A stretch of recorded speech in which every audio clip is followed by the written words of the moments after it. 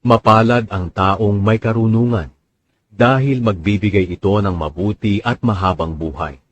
Sa pamamagitan ng karunungan, nilikha ng Panginoon ang lupa at ang langit, at bumukas ang mga bukal, at mula sa mga ulap ay bumuhos ang ulan. Anak, ingatan mo ang iyong karunungan at kaalaman sa pagpapasya ng tama.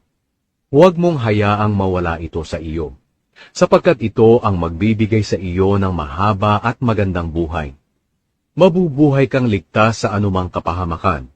Makakatulog ka ng mahimbing at walang kinatatakutan.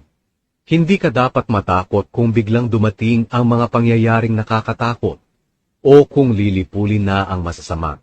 Dahil makakaasa ka, nababantayan ka ng Panginoon at ilalayo sa kapahamakan. Hanggat makakaya mo, tulungan mo ang mga dapat tulungan. Huwag mo nang ipagpabukas pa kung kaya mo naman silang tulungan ngayon. Huwag mong pagplanuhan ng masama ang